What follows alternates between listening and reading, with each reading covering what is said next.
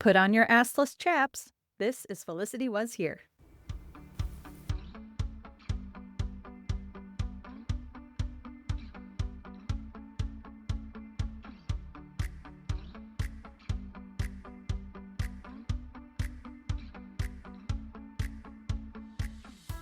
Welcome back to Felicity Was Here. I'm Heather. I'm Melissa. And I'm Dr. Joe. And today we're discussing Felicity Season 3, Episode 9, James and the Giant Peace. Please like and subscribe wherever you're listening. Leave us a review. And if you want to support the pod further, head over to buymeacoffee.com/FelicityWasHere. Hello, ladies. How's it going? Good. I'm laughing at this episode title. The best. I'm sorry. It's so good. I didn't really I love a pun. I didn't pay attention to it until you just said it. And I was like, what? Oh, I've been waiting for this one just so I can say James and the Giant Peace. Last week's was a good egg. I'm fertile ground would have been better. But yeah, I really like this episode title. I love a pun. Well, this week we've got some more listener mail. We've got our friend of the pod, Jamie, who has some more questions and comments on this week's episode. So we'll be able to talk in real time about them. So Jamie says that the first thought she has is in regards to Ben attending Al-Anon meetings. Now, I am by no means an expert, but it is my understanding that Al-Anon is a support group for family members of addicts to learn more about the disease and concept of addiction. While these groups could be beneficial for Ben, considering he is the son of an alcoholic, but wasn't the reason he wanted help in the first place to get control of his anger, I don't see how him obsessing over Molly's relationship problems is going to help his anger. Shouldn't he be attending groups and individual therapy that is more focused on anger management? Personally, I would much rather see Ben working through his issues and learning about his family dynamics than any of this Molly James stuff. I hate that Ben and Felicity are supporting characters in Molly's storyline. Also, why were Elena and Meghan not involved in the decision to kick Molly out? And what was the point of having all the girls live together when they barely interact and don't seem to be involved in each other's lives? Shouldn't the decision to kick Molly out be between Felicity, Meghan, and Elena, her actual roommates? Is it really Ben's place to make that call?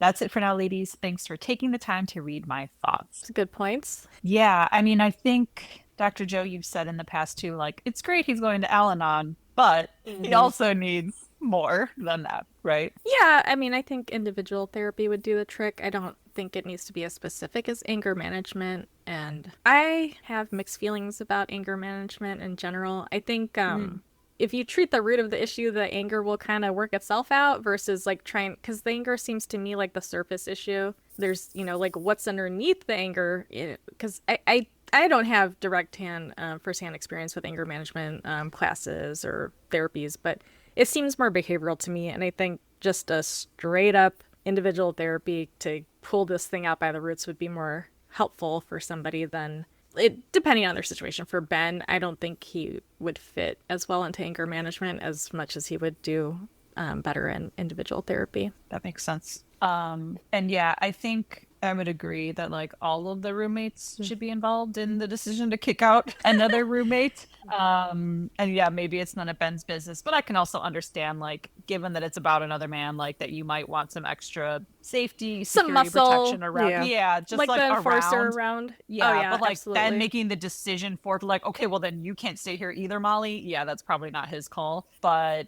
yeah, it seems like Meghan lives at the loft now, basically. Right, yeah, I was like, does Meghan even live there at this point, realistically? And so we did see like Felicity and Elena having some interaction this episode. But yeah, Elena wasn't brought in at all. I don't think she'd beg for Molly and James to stay if she did know she would be reasonable about it. She'd be like, yeah, she's gone. Yeah.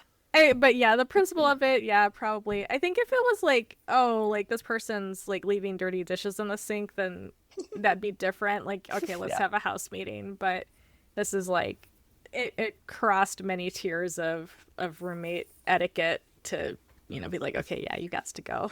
Like your man's got to get up out of here. Yeah. And then I mean, we're gonna tackle some of this episode too. But I think overall, I see Jimmy's points here on a lot of this. Yeah. Like the supporting character in Molly's storyline, that kind of thing. Damn, Yeah. I mean, like, shit, that was accurate. That was fucked up. Like, that was on point. I was like, oh shit, she's right. Yeah. Like, that's wacky. Well, let's dig in further. So last time, Javier asked Felicity to be an egg donor, which she ultimately turned down. Ben found out at their Al-Anon meetings that Molly's boyfriend James is using drugs and is a bad influence on her. Tracy broke up with Elena after finding out she slept with Finn. And Noel finally told Jane that he was stalking her via her emails, which caused her to run into the arms of Richard, who happened to be a childhood friend. This episode was written, though, by Josh Reams and directed by Harry Weiner. So we open up at Felicity's apartment, and apparently living with Sean has given Noel some entrepreneurial ambitions. He tells Felicity that he wants to pitch a cartoon idea to a website. One of his professors works with Icebox, an animation site, and encouraged Noel to submit some graphics to them. So he shows Felicity his work, a male figure walking down a sidewalk. Felicity overall says she likes it. She's like, yeah, and I like this limping robot. Noel says, no, it's not limping, and also it's not a robot. But, he's kind of static. Felicity loves, though, the elephant. And he's like, what elephant? Apparently a mailbox. So now Noel is questioning his graphic design abilities, if this was the right call. But Felicity says that she's taken life drawing. Like, yeah, you were in the same class, but whatever. Yeah. You had the same class together. So Noel should also know how to do this if he took life drawing. But yeah, she's taken life drawing and figures in motion, so she thinks she might be able to help him with some of his figures. Then Elena comes home with some news. She has to appear before the school's disciplinary committee because McGrath has been reported for sexual harassment, and 9 other women have been identified as people he's quote-unquote had an affair with. Felicity says, that's insane that Elena would be named among those women. Like, McGrath, what? Elena's like, nope, it's true. It happened. Felicity is shocked, but of course, Noel already knew. That was the opener. I had a fun little walk down nostalgia lane looking into this Icebox thing. So apparently Icebox.com was a real early internet animation site. I thought that was made up for the show. But it was one of the late 90s .com era experiments. So they're like really leaning into the .com stuff for Noel. I did look it up. The website is iceboxanimation.com though. It looks like they haven't posted since 2013, but it's real and it's still live on their site. Apparently they did like a show called Queer Duck and it was on Showtime. I'd never heard of that. I hadn't heard of any of their animations or storylines, but my brain of course went straight to Homestar Runner, which doing some Googling, that was probably the most notable entertainment site that actually used Flash to rocket to fame, which is the program that Noel said he was trying to get a hold of. While learning Flash, Mike and Matt Chapman expanded Homestar Runner into a website, which they launched on New Year's Day in the year 2000. So like literally during this season of Felicity. And Strong Bad became their most popular feature, and it was really fun. Yeah, I kind of went back down and looked at some of the ones I remember, like Frat Party and him answering all those letters. I mean, it was just, it was a time. I know. And then in the year 2005, YouTube was founded by former PayPal employees, and they used Flash, Adobe Flash Player, to display compressed video content on the web. And the rest is history. So yeah, to me, that era is just like the epitome of quotables and inside jokes from college. Like they all came from all these cartoons that I think of that were made from Flash. So like Salad Fingers, Jib Jab. I was just thinking of Salad Fingers. So creepy. And the End of the World, like I Am the Tired. I mean, all of those were Flash. And that was like late high school, early college years. So pouring one out to all of those Flash animation hubs. Just, thank you for the culture. Oh, wow. I mean, I still quote some of those things. So, yeah. I'm going to go watch Salad Fingers after this. Yes. Oh, boy. So creepy. So creepy and amazing. So, I mean, anything else y'all want to say about the opening? Just another example of Elena being better friends with Noel and Felicity being better friends with Noel than Elena and Felicity are friends with each other. Like, wow, just slap us in the face with that right at the top of the show. Noel being like, I knew. Yeah, that was, she didn't know that she slept with Finn until the last episode. Elena didn't tell her, so she told Noel about that first too. Yeah, pretty crazy. So then we go to another Al-Anon meeting with Ben and Molly, and Molly tells the group that the James saga is getting worse, James is now facing eviction. He's using more and more now. She admits that she has also been using cocaine with him. James has moved on to crack cocaine, but Molly is trying not to follow him there. So Ben is astounded to hear this at the meeting, and afterward pulls the group leader, Alicia, aside and says, like, hey, I know this seems weird, but sometimes I get really frustrated by these meetings. Like, why don't we do more for people? All we do is sit around and talk. Like, they're sharing these crises and we just talk and listen and then move on. But Alicia says she's already told Molly about a program that could help her, and there's only so much she can do. If Ben really wants to help her, he should just be her friend. If Molly doesn't want help, Ben is just going to have to accept that. So question, is Ben doing to Molly exactly what he resisted people doing to him about his father? Is that Pretty like an much. intentional parallel? Do we think? Well, I just think it's incredibly triggering. I'm guessing it's triggering for a lot of people there. When Jimmy mentioned maybe about Elena being there to, in part, to help people understand the disease model, but I think it's ultimately most deeply rooted in like its support group nature and kind of just being able to hear other people's stories and relate to them.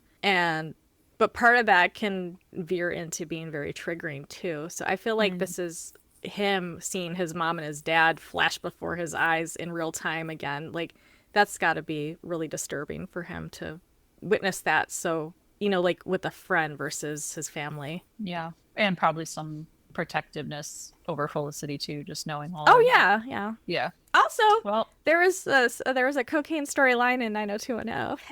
Well, of course there was. It's probably It like was 10. Kelly.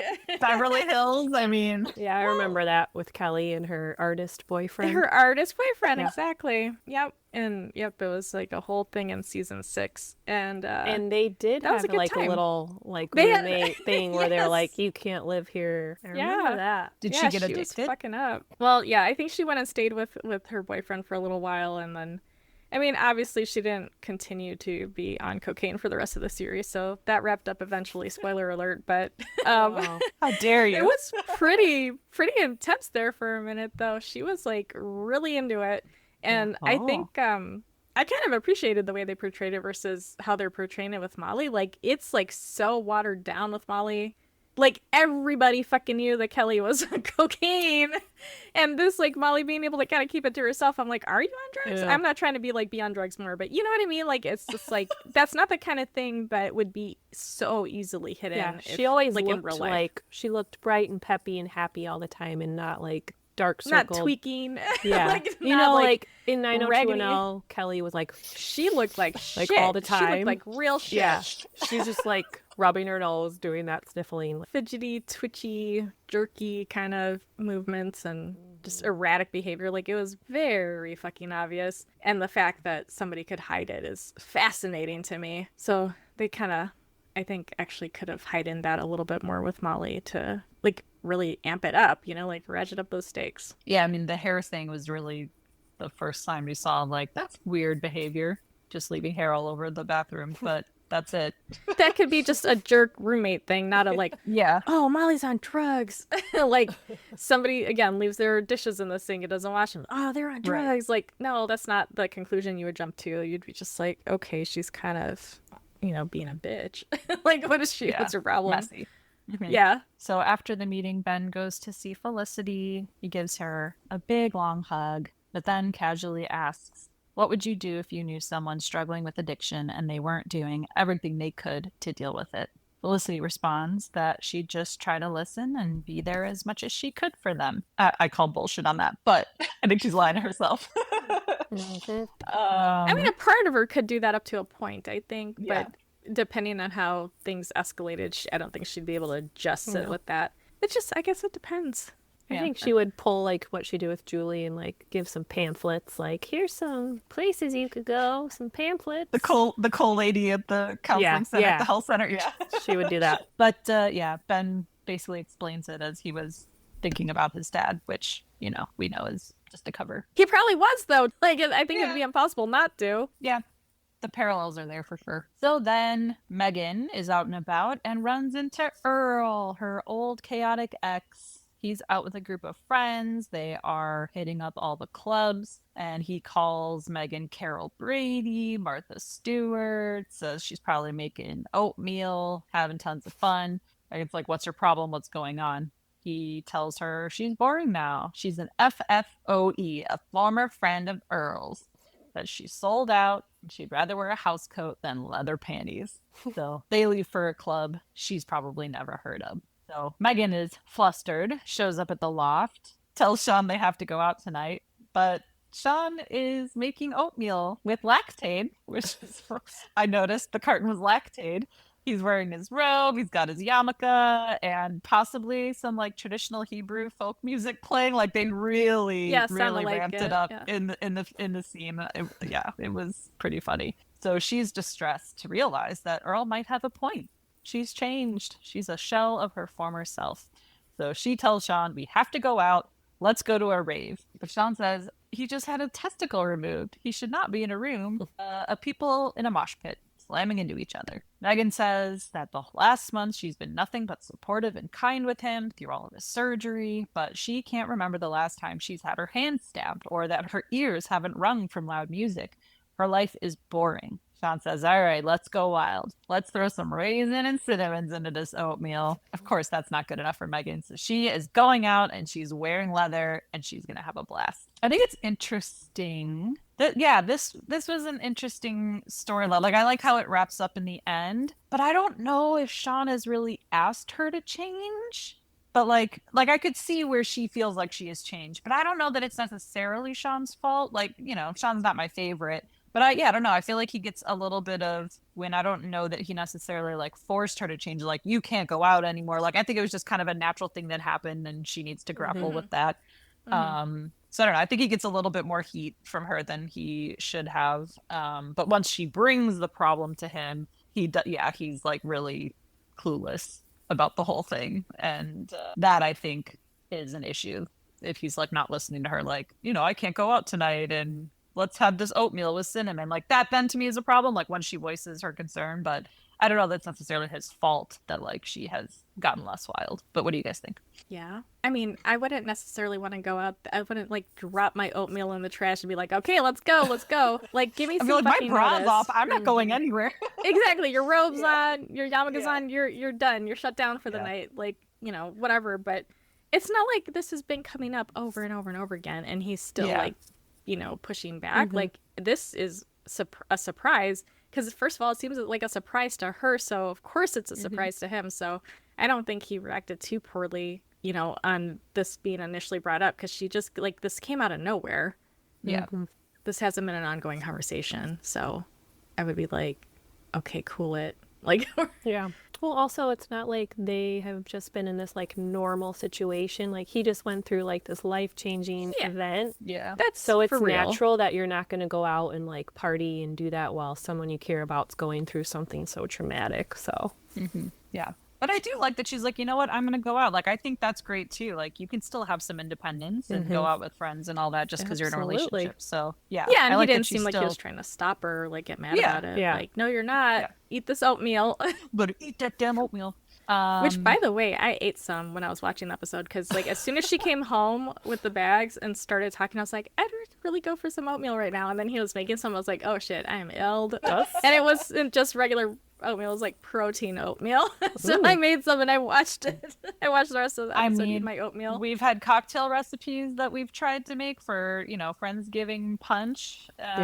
Maybe we need Dr. Joe's Sean-inspired oatmeal recipe. It's just another recipe for the cookbook, the Felicity cookbook the Felicity that we're going to cookbook. make. Love it. So then we go back to Elena, who meets with Dean Allison, and he shares that the former student named Sabina filed the harassment complaint and said that the relationship with McGrath caused her severe emotional distress, and that McGrath's assistant gave the committee names of the other women that she believed he was exploiting. The dean, though, this bothered me. The dean then is like, let me be upfront with you, Elena. Peter is a friend. This is a difficult position to be in. For the dean, this is a difficult position. But Elena's like, well, what's her complaint?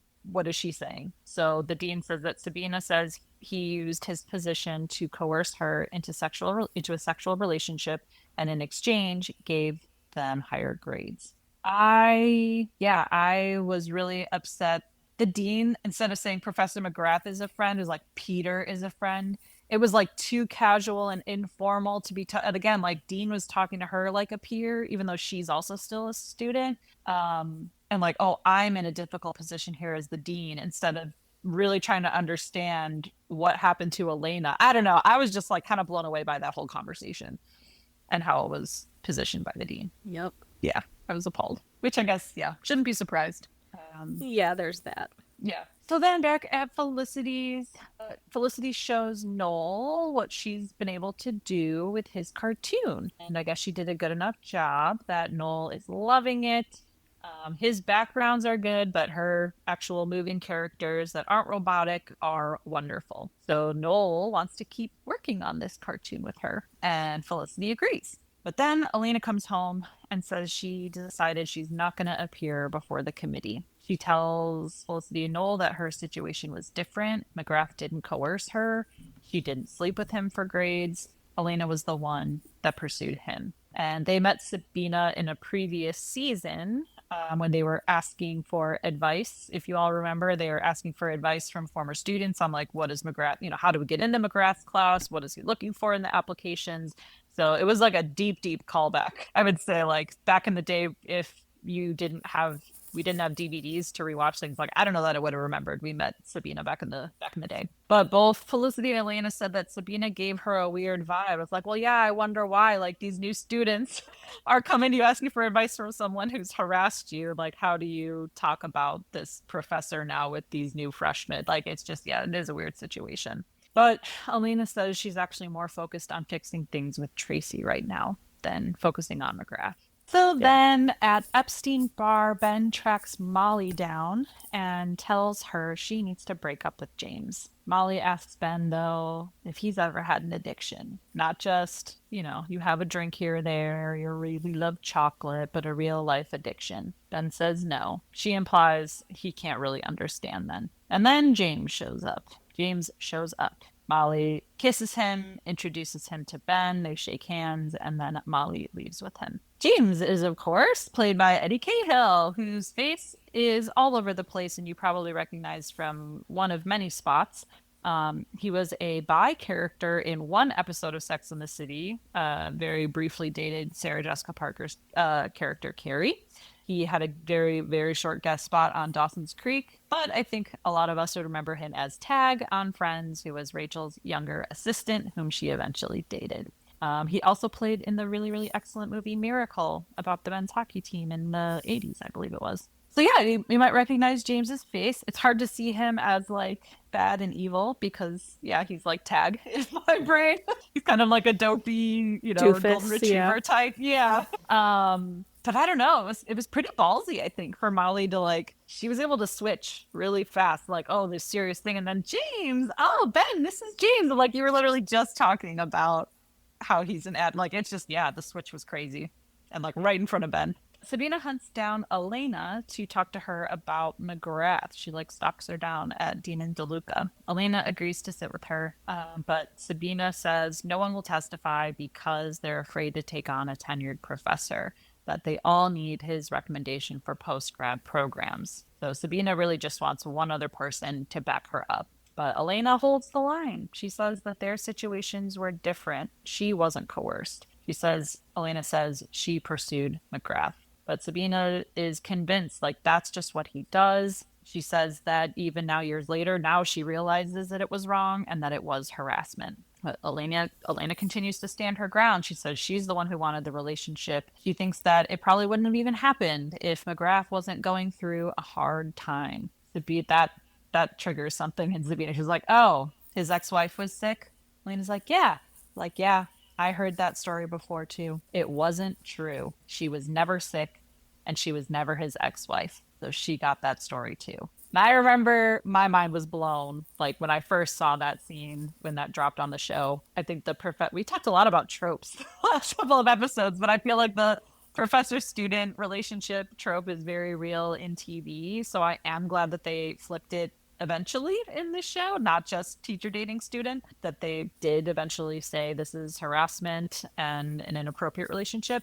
I do wonder though if this was their plan from the start, like from season one, or if the writers or JJ and Matt like changed their views on that storyline after a couple of seasons, and so they kind of adapted as they went. Like, I'm just curious. I don't have an answer for that. I just think it's interesting that like 2 seasons went by and now we're finally saying like, yeah, that was actually inappropriate what we did. It's just, it's funny that it kind of took so long to get there. But, I mean, this is really common though, right, Dr. Joe? Like that a lot of people don't even know that a trauma happened, or maybe not having a definition for it, but knowing something was maybe off when things happened. And it just takes them time to understand it. Yeah, that and I think it is probably more grounded in reality to have that big gap because it does take people such a long time to come forward. So yeah, in that sense, it does make sense that they would have spaced it out and this would have kind of come back and, resurfaced. Great point. But yeah, I think honestly, I see this most often not in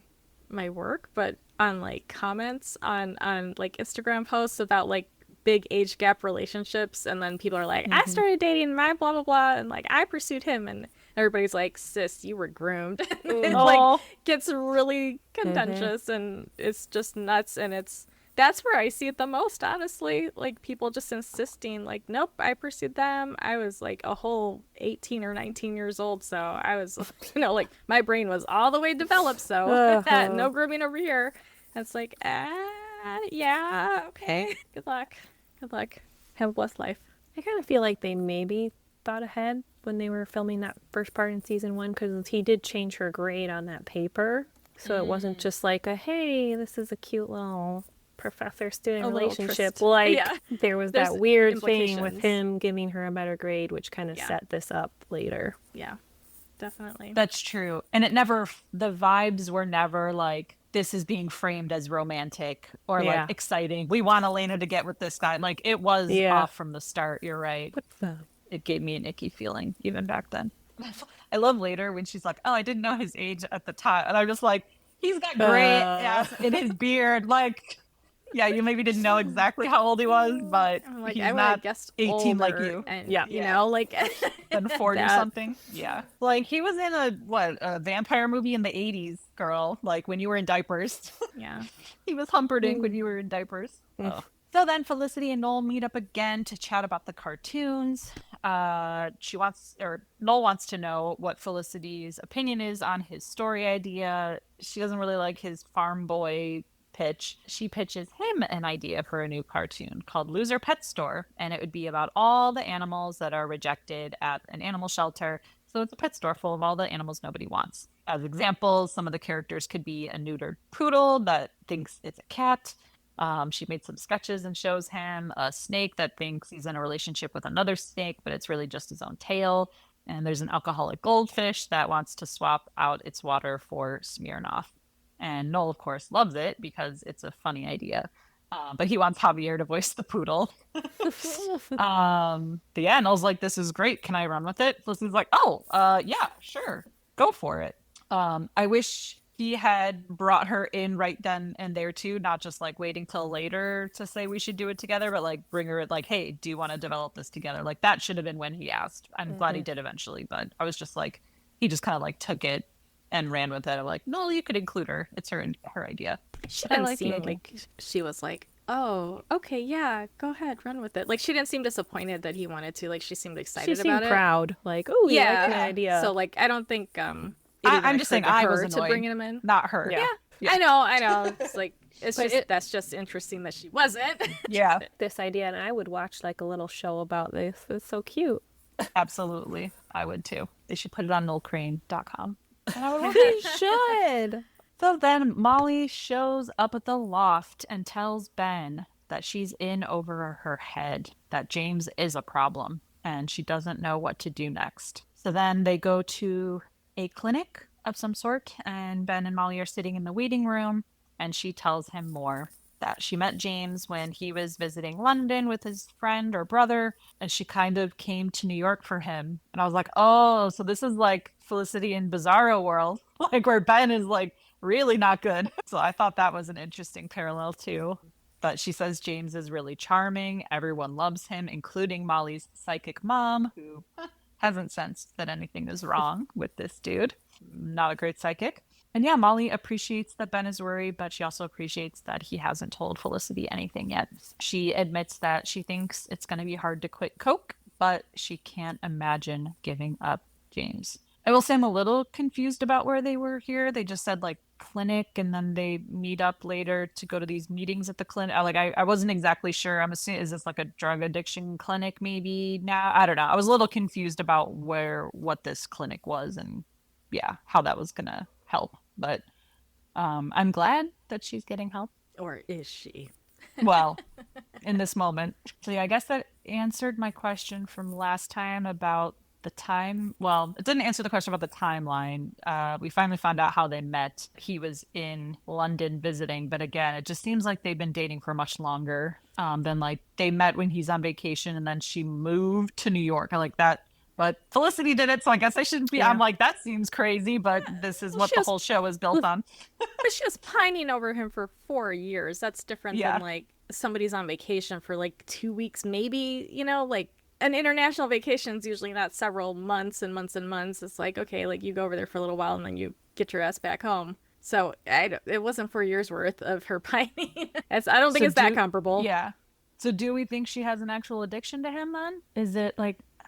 I'm just so confused on it. Like, I think that it's an abusive relationship, and that is hard to get out of too. That's very difficult to extricate yourself from safely, because it's really simple to be like, you know, for Ben to be like, hey, you got to break up with this guy. It's like, okay, what's he going to do when she says, hey, it's over? Like, there's a wide range of things he could do. But that's usually it when things are abusive. And it's like, yeah, okay, he's not like punching her teeth out. That's not necessary for it to be considered abuse. He is clearly, we see later, you know, like controlling and like scary. As a weapon. Like, that too. Yeah. I mean, like, that's reason enough. A giant piece. A giant one. That's reason enough to actually hesitate to break up, like, versus, you know, intuitively you might be like, oh, like run right now, but it's like that actually makes it harder to leave, because they do say things and they do follow through on threats like, I'll kill you if you leave me. So it is not so simple to quit somebody when it's that kind of dynamic. Yeah, we definitely get a peek into that in a couple scenes. So Elena stops Tracy after a class and they make small talk about grades they got. She's really trying to engage. He says he's got to go, which is unfortunate. But he's softened a little there already. Like, it's not as harsh, but it's just like, hey, yeah, I gotta go. Like, he just doesn't really want to talk much. So back at their apartment, Elena admits to Felicity that McGrath changed her seminar grade after they slept together, and she now thinks that everything she's achieved has been from McGrath. All those other courses she got into, the fact that she got on the dean's list. She says, and then I would never have met Tracy because her grades shot up after she started working with him. She basically thinks that her whole life is due to McGrath and that grade that he changed. Felicity tries to reassure her that she earned everything that came after McGrath all on her own, but Elena says she feels like a fraud. And Sabina, that's exactly what happened to Elena. But now she's scared because she also knows that if she comes forward, it's going to be on her transcript and it's going to be basically impossible to get into med school from there. So I do think this is just such an interesting dilemma, genuinely complicated ethical question here that one of these characters has had to deal with, and I don't think there's a clean answer here. What would y'all do? Would you testify, especially after hearing from Sabina, that you were in fact harassed or coerced? Or would you rather just put it behind you and move on? I mean, it's just such a tough I feel like it's such a personal decision. It's a tough call. Yeah, it's interesting that there were all these accusers, but then Sabina's standing alone in it. I'm like, what? Yeah. I mean, I like, not to blame them or anything. I get why that would be hard, but it's interesting that they're kind of tying it to like, oh, like they need his letter of recommendation. It's like, well, if he's fired, like who's going to want a letter of recommendation from him anyway? Like, how much weight is that going to carry in the community, the medical community? Like, they're like, oh, this guy's a skis. Like, oh, you got a recommendation from him? Oh, okay, I see. You know, like that would That's a actually good make them like point. worse, I think. Like just even, I mean, even having an accusation. I mean, it's like obviously there's many, many, many examples of where there's no justice and nobody cares and everybody moves on like it Yeah. never happened. But we could maybe play around with the idea that maybe it would tarnish his name and maybe a letter of recommendation from him would not make you look so good and would make you look like a skis, even if you're not unfairly. So, you know. Yeah. So that's kind of interesting that nobody pointed that part out, but Yeah. It wasn't clear if the 9 other women were actually accusers or if it was just they were named by the assistant that like, oh, we thought they had a relationship. It is interesting though that like Sabina's going so hard on Elena instead of like, well, go chase down the other. Maybe she already did and we just didn't see it, you know. But it's just like she's going so hard on Elena, and yeah, we don't see that happening with the other people, but the other women. maybe she remembers Elena from way back when, and she's like, Yeah. girl, come on. Or she's like, you're the smartest of the bunch. Think about it. Yeah. Yeah. So then we go back to the loft where Sean is waiting up, or he just woke up in the morning and realized Meghan did not come back all night. She walks in and brings Earl back to the loft with her after an all-night rager. And this is where I was a little perturbed at Meghan for once. Sean is saying, where have you been? I've been worried about you. Meghan is pretty cold to him. She kind of keeps insulting him, like, what do you want? What's your problem? I mean, she's acting very Meghan, but also like they're not broken up. And yeah, he didn't make you boring. You became boring on your own. But yeah, Sean is annoyed now and tells her she's acting like a completely different person. And Meghan fires back. She's like, no, this is who I really am. She says she changed for Sean, but he hasn't changed at all for her. But then Sean, this is where Sean loses me. Then he says, having a testicle removed should count for something. Meghan says, that ball can only get you so far. Oh man. So yeah, when like obviously him removing a testicle had nothing to do with her. It wasn't for her. It had nothing to do with their relationship. He had to do it for his health to live, you know. So I can But see she her point. asked him to. Remember, like, she did kind of influence that. Obviously, he should have done that regardless of her. But I'm Right. just throwing that in there. She was really concerned about it, and he, like, gave into that because of her. Like, do it for me. He did. Okay. He did do that for her. I guess she a little did say bit. do it for me. I feel She like it was did. more just like she gave him the wake up call that he so desperately Obviously. needed to like, Obviously. you need to do this. Yeah. But you're right. She said she didn't want to have to tell another story about someone she knew who like did that's a something big stupid. deal to go through that. I mean, obviously he doesn't have too much of a choice to delay that kind of decision or like, you know, just ignore it. Yeah. But still, that was she was behind that in a big way. Yeah. But yeah, this is where I go back to like Meghan hasn't asked him to change anything. You know, like we haven't seen her Right. make a request except for like Exactly. once Earl said something. So yeah, that's why I'm like she was being a little cold to him and I was kind of surprised. And it's his apartment. Like, you're going to come in there with stupid Earl and act like that. Like, go to your own apartment and do that stuff. True. Very true. Yeah. Yeah, get out do of my like that. boring ass loft. Yeah, like I'm so boring. Go back to Yeah, your well- drug haven in the student Yeah. apartments where all Like the crack literally, cocaine it's a is. drug. Yeah. Crack den. Go do some lines with Molly. I'm telling you, the name Molly, that had to be on purpose. Go do some lines with Molly. Speaking of the crack den, so Ben stops by the student apartment and Felicity and Molly are there, and Felicity announces to Ben that James is going to be their new roommate. So Felicity didn't even know that Molly had a boyfriend. Like, oh, she was hiding him. Looks like it was a secret. Well, James is there, comes out of the bathroom, I think, and he's very charming, as Molly said he was. Charming Felicity. Molly gets up and Ben pulls her aside, asking her why she didn't break up with him. Molly says, well, I never said I was going to break up with him. I said we were going to talk. And they did. And he has a plan. Like, he's even going to go to her meetings at the clinic now. But Ben tells her his dad made the same promises. He'll say he'll get help. He throws out all the liquor, and over, he never keeps his promises. So then Felicity comes in, tells Ben that she might tell Tracy that Elena's going through a tough time. to see if Tracy can help out in some way. Ben's like, yeah, maybe that's a good idea. And so again, I just think it's so funny. Like Felicity can't not be the Badinsky. And like Ben is now also dealing with this, he knows things, and should he tell people he's, questioning himself what he should be doing. And yeah, I just feel like it's another full of Ben becoming more like Felicity. Like I love at the end of season 2 where he's the crazy one that's like stalking her and tracking her down and making all these gestures. And yeah, I just love when he starts picking up more of her characteristics. So I feel like he's definitely a Felicity in this episode. And yeah, she's like, oh, I would just be there for someone if they had a drug problem. But like right now, like, oh, Elena's going through a bad time. I'm going to go talk to Tracy. Like, it's just funny in the same, in the next breath, she's not just staying out of it and being someone's friend. But what about Molly's behavior here? Expected? Unfortunately. Yeah. Frustrating. Yeah. Like, I could see why Ben's freaking out. Like, what the fuck? Yeah, definitely escalated. So then Sean and Meghan in the loft. Sean tries to make up with Meghan by offering her tickets to go out tonight. She's excited. She's like, oh, where are we going? And it's a comedy club.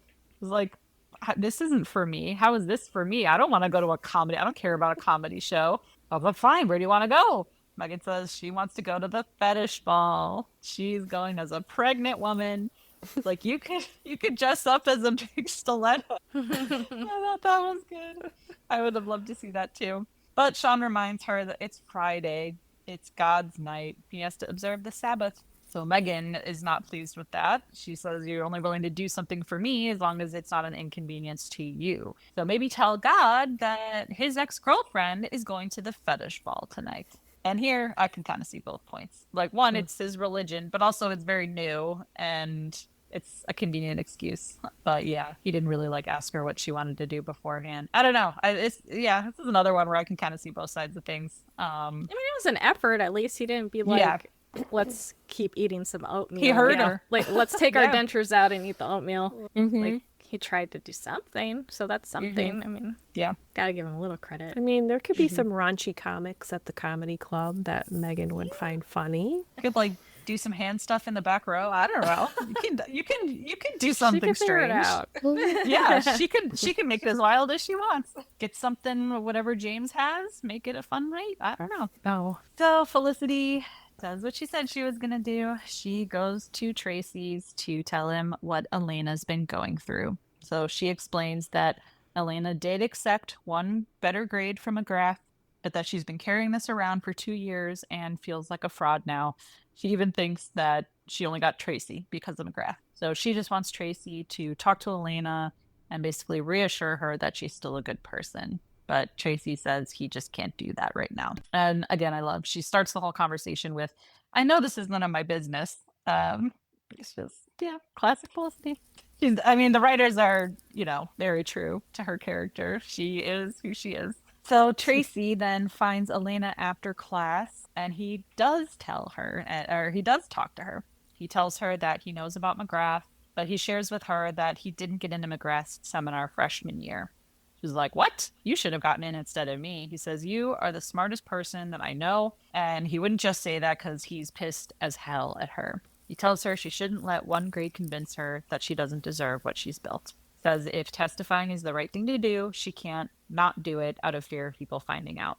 He's like, and look, we're not cool. It's not water under the bridge. There's not even a bridge yet. But God is about forgiveness, so he's working on it. We talked about that last week. I'm like, yes, thank you. If you're going to abstain because of God, you got to think about everything for God then. So I love that Tracy did that. It was very even kind. Though, yeah. I mean, he has every reason not to. Yeah. He really doesn't need to. He's a good guy. He was very kind.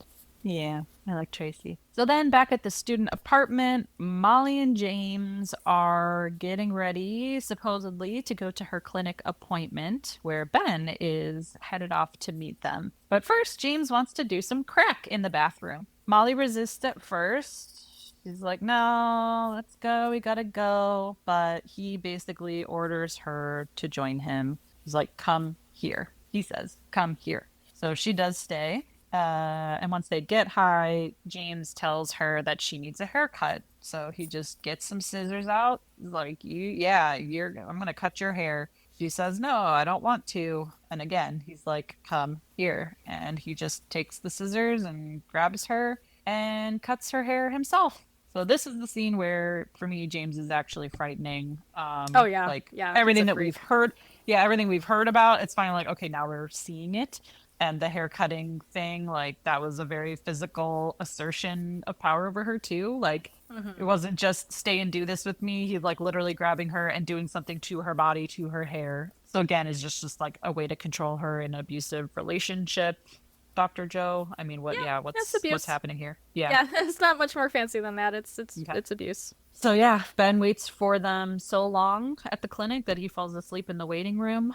Looks at the clock. It's been a few hours, so then he decides to leave, and he is now upset. Then back at the student apartment, Noel walks into Felicity's room without knocking, and she's only in a bra. She's getting dressed, so he turns around while she finishes getting dressed. But he tells her that his professor loved the pitch about Loser Pet Store, and well, he wants to take it to Icebox. She's so excited for him, but Noel says, no, I think, we should do this together. Like, you should be excited for both of us. Felicity agrees, and she's really excited too. She would love to work on it. I'm going to pause there. This is the scene that I thought, instead of the dancing, this could have been the Mr. Covington scene, like where he just kind of barges in and she's, like in a vulnerable state, like the dancing thing. To your point, Dr. Joe, it was like, we've never seen her dance by herself before. That to me was like, that could have been the Mr. Covington scene where she's like, getting out of the shower, like getting dressed and like, oh, sorry, didn't mean to disturb, the door was open. So it just, made me think of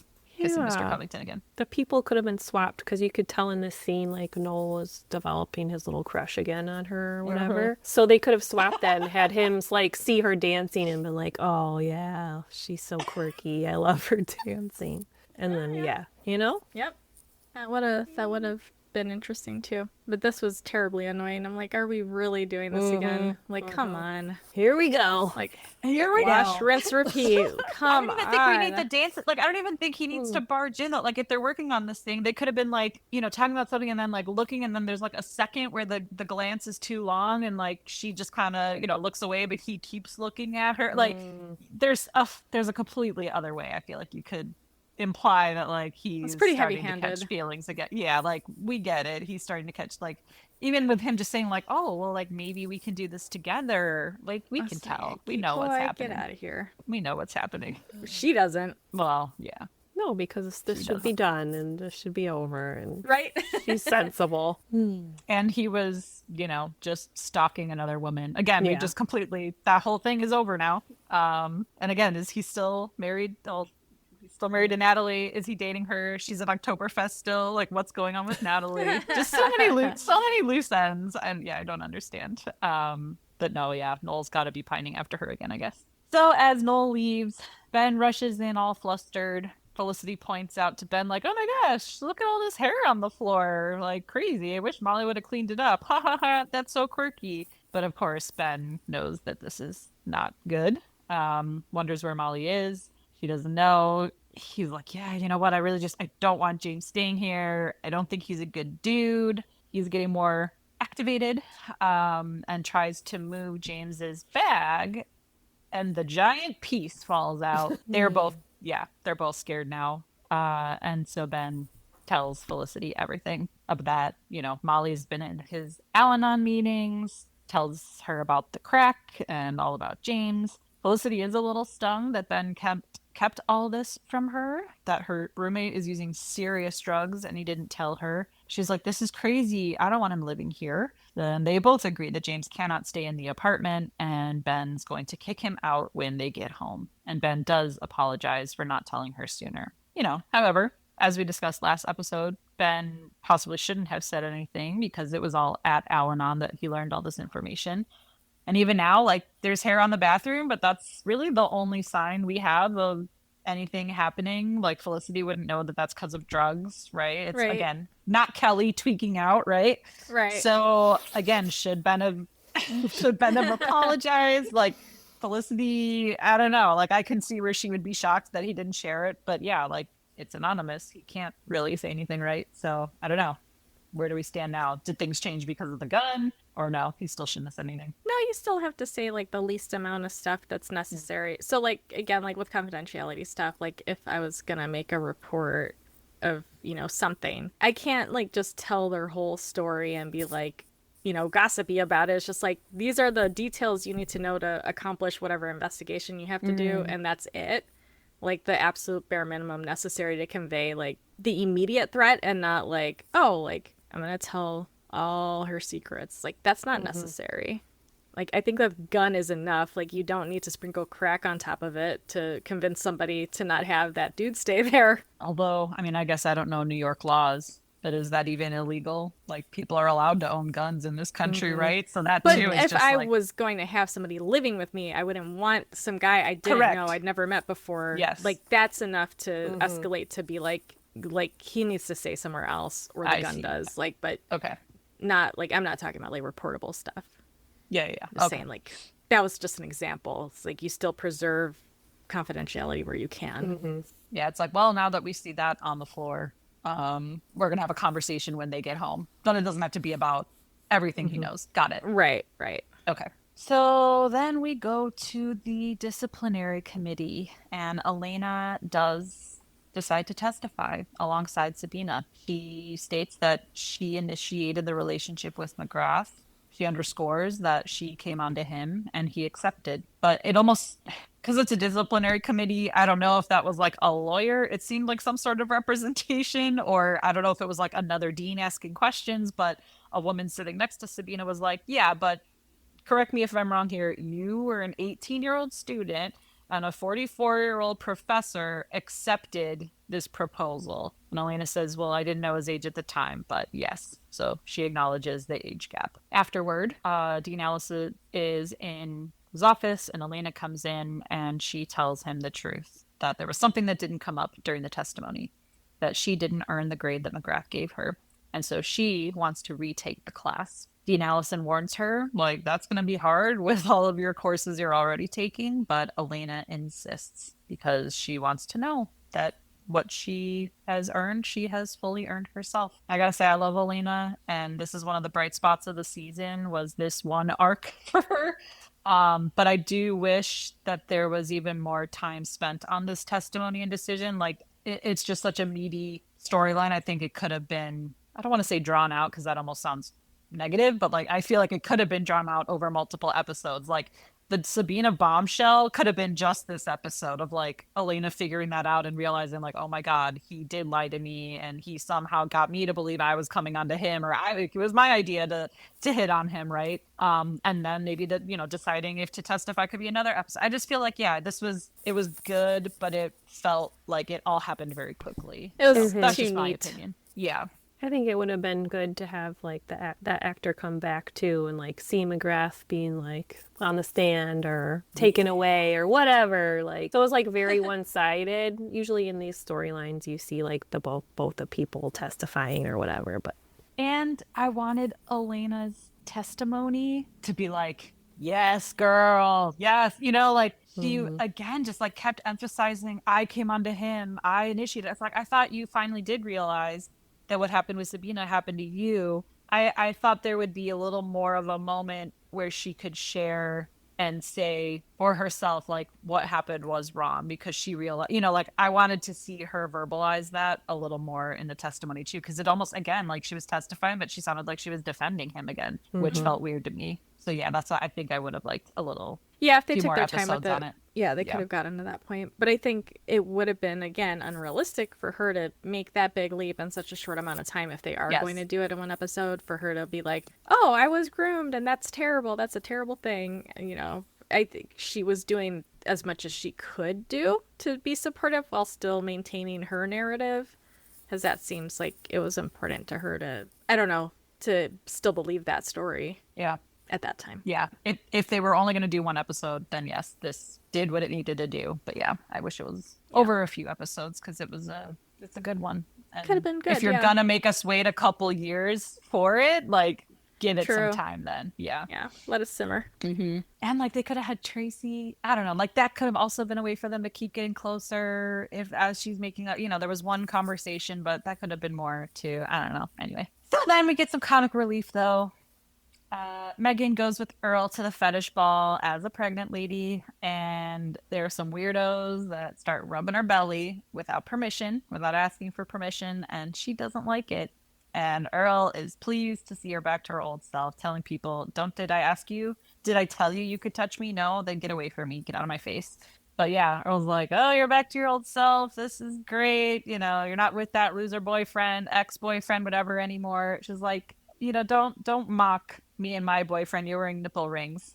Don't be mocking my boyfriend. That she's like, oh, I thought you broke up. What do you mean boyfriend? She's like, that's just our fetish. We break up and we get back together over and over again. That's what we do. That's what gets us hot. So she tells Earl, I don't date losers. Apparently I just hang out with them. And she leaves. I'm like, yeah, defend your man. Then Elena goes to Tracy's apartment to tell him that she just testified and that McGrath is going to be fired. And to your point, Melissa, yeah, that would have been great to actually see the comeuppance, but maybe he was booked elsewhere.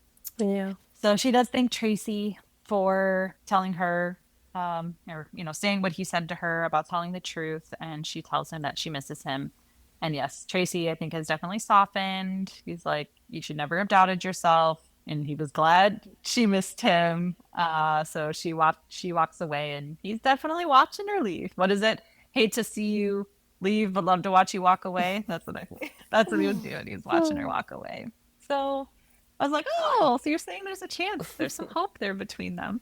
I liked it. Well, then back at the loft, Meghan goes home because she lives there now, and asks Noel where Sean is. He doesn't know, but he wants to show her loser pet store. She doesn't really care. And then Sean comes home in his rave clothes, or I guess fetish clothes, which is all leather. He's got his whip. He's got page boy cap in leather. He went to the fetish ball looking for Meghan. She wasn't there. He's like, forget it all. I'm going to my room to change. And as he walks away, we see he's wearing assless chaps. Noel bursts out laughing, does like a dry heave, but Meghan is genuinely touched. She's like, oh, Sean, assless chaps. And it's just like one of the most memorable, best scenes in the show. And even more so knowing that Scott Foley's face was genuine shock and hilarity because they didn't know about the assless chaps beforehand, so that was the first time they saw him and knew that was going to happen. So I love it. Yeah. And yeah, Sean listened. Can't fault him here, and I was happy for the comic relief. He tried to change for her. No, he went do what big. she wanted.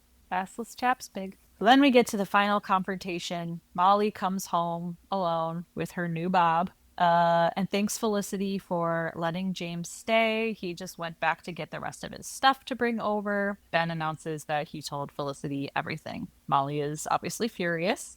She's like, you shared all the things, all the, secrets that we were sharing, the things we talked about in trust. She's like, look, I know it looks bad with James, but, and Ben's like, look, James is probably dealing again, and I think you know that, Molly. But Molly says she believes him when he says he's not. So Ben says James cannot stay in the apartment. He's got a gun. Did she even know that? Felicity says she is not comfortable with James staying there either. So then they kind of fight a little bit more, but Ben then says Molly can't stay there either if she won't go back to the clinic for those meetings. Molly is crying, very upset. She grabs her coat, says it's real funny. They're judging her like she's the one with the problem. And that's the people that they are. And so she leaves. I mean, she clearly does have a problem. She right? does. Yes. She pissed me off in this scene. I'm like, you do have a problem. Come on. Yeah, like she admitted to Ben she has an addiction. So, however, is Ben's approach an ultimatum? Is this helpful, actually? Is it harmful? Both? Is it just not going to help, but it had to be done? Probably that. But I think it was super helpful because before she was at least acknowledging he's no good, but it's this put her on the defensive and made her defend her man and run to him oh, the world's against us, it's just you and me, baby. It's you're just feeling that kind of thing, that creating and that's what abusers do. They're really good at isolating their partner from their social support system. So these kinds of things do happen, that's by design, so that the abuser is the only person they do have in their life left. So, yep, he's nailing it. He's he didn't even have to try that hard either. He just had to show up. Yeah. And I know you said you dislike the Molly stuff. Is it the way something's portrayed? Are you just like annoyed with the characters? What is it? Yeah, are there specific things you're not a fan of? Probably because it's just frustrating to see people do these things that are like make these really, really, really bad choices, and we get stuck in that space, and it's hard to move out of that. Because I see that at work, not like exactly like this, because I don't deal with addiction stuff, but I did used to work at a center that specialized in domestic violence and sexual assault, and it was really hard because we did see them, end and go back and end and go back, and like that's what's supposed to happen. Like, not supposed to, but like that's like what it looks like in real life. So I get it. It's just really frustrating, because it's like it's triggering my like injustice nerves. It's like getting on my injustice nerves, like, oh, this is so wrong, and I hate this for people who have to experience this. So that's why I don't like it. It's just it's deeply unpleasant. You've said that like you love soapy stuff, but this still annoyed you. So I was just curious if it was like because the portrayal is off, or but just frustrating to watch. Yeah, unfortunately the portrayal's not wildly off, and that's why I don't like it. I think for me, I just haven't really like grown to care about the character of Molly enough that I'm like invested in, oh, this needs to work out, blah blah blah. I'm like, oh yeah, leave, bitch. Like, we don't really like you. If it had been like Elena or Meghan, like there would have been this emotional tie, but there's just not right now. It's like, why are you guys wasting so much of your energy on this person that you don't really know? And a boyfriend we don't know. We literally just met. Has a gun. Yeah. He has a piece. And peace out. Peace out with your piece. Yeah. And I think I've said before too, to me it's just like we went from 0 to 60 so quickly. Like, instead of maybe some, pill popping to take exams and all that, it's like meth and crack cocaine and guns, and it's just like wildly different from seasons 1 and 2. So I mean, there was still serious stuff with Julie, but like it's just so soapy. That was like drama, like not like danger, like this like level of whatever is gonna happen. It's like the show's trying to be something that's not. It's like I expect to see the sun on 90210, not Felicity. It doesn't fit. Exactly. It's not like. It's not fitting. And to bring it full circle, I think to Jamie's point, it would be more interesting to see Ben learning and understanding more about his own past and his relationship with his mom and dad instead of this Molly thing. Yeah. Like, even if he was talking to Pavone or something, something like that. Like, it doesn't even have to be like hardcore, like in-depth stuff. Like, just like even those little moments that we would get with Felicity before. It's like just something to see the wheels turning and like growth happening, like some emotional shifts. That would be very exciting. Yeah. Even in the first scene of this episode, it almost looked like he was getting ready to share something, and like the not host, what do we call her, facilitator, leader? Like the facilitator looked like she was almost gonna call on Ben, is like the impression. That Molly's like, I'll go, and I'm like, oh, I want to hear Ben, I don't care about you. And your ongoing saga with James. So yeah, I think it would have been nicer to hear and see Ben growing more. That reminds me of like the sandwich and the keys. Yes. Like and that was it. Good stuff. Like when he could get a little bit deeper and go under the surface, and like they could dig a little bit with them. Like those were really amazing moments. So yeah, that would have been so much more valuable and more entertaining. And conflict can come from somewhere else. Like, this is just really out there. Or even if you still want to have Molly there and sharing, like maybe something she shared got him thinking about, oh yeah, I used to watch my mom do the same thing, and that's really upsetting. Yeah, like, we don't see him connection. making those connections. Yeah. So, well, Jamie, thank you for the thoughts. Relevant as always. And we got some more of James and his giant piece coming up, but not too many more episodes, I don't think. I guess not. I mean, ultimately, no, but 2 more, I think. Sounds about right. Now I'd just like to add, like, we were joking a lot about drugs and stuff a little bit, and like whatever's, but this, I think for me, it's just like that dark humor that therapists have, like, and I know like in different industries, like, just to get through this, like, because it is heavy subject matter, like, obviously I don't think it's hilarious if somebody has a coke addiction or something, like, But in the context of the show, it's kind of ridiculous. So I'm making fun of the context of the show, not like people who have real problems. Like, obviously. Yes. We need to do like a say that. PSA little text at the end. If you or someone you know has a drug addiction, please contact I can add the hotline in the notes. Thank you. We will drop the hotline in the notes. Yes, of course. We are not going to shame anyone who has addiction or knows someone who has it. And everyone should go to Al-Anon and AA and therapy. NA. Like, I literally want every single person in therapy. That would make me She so got happy. me in therapy again. She gives me therapy when I need it. This is sponsored by BetterHelp. No, kidding. It's not. Should be. We need to give them people a call. I was going to say, I don't hear good things about them, but, you know. No, I know. Anyway, that's the episode. We could also do a James and the Giant peace cocktail that's peach flavored. That could be interesting. Oh, yeah. Or a peach cobbler. But maybe we shouldn't for a character who has addiction. Oh, peach cobbler. James and the Giant peach cobbler. There you go. Peach cobbler. Oh, man. The Felicity cookbook. I am excited about it. We need a publishing deal. Maybe when the revival is greenlit, we'll get on that too. Yeah. Exactly. Alrighty, well, thanks for joining us once again, everyone. We will talk to you all next time. Bye. Felicity Was Here is produced, written, and edited by Heather, Melissa, and Dr. Joe. You can find us on Instagram and TikTok at Felicity Was Here Pod. If you're enjoying the pod, please leave us a review and help us spread the word. We appreciate you and would love to hear from Felicity superfans like us.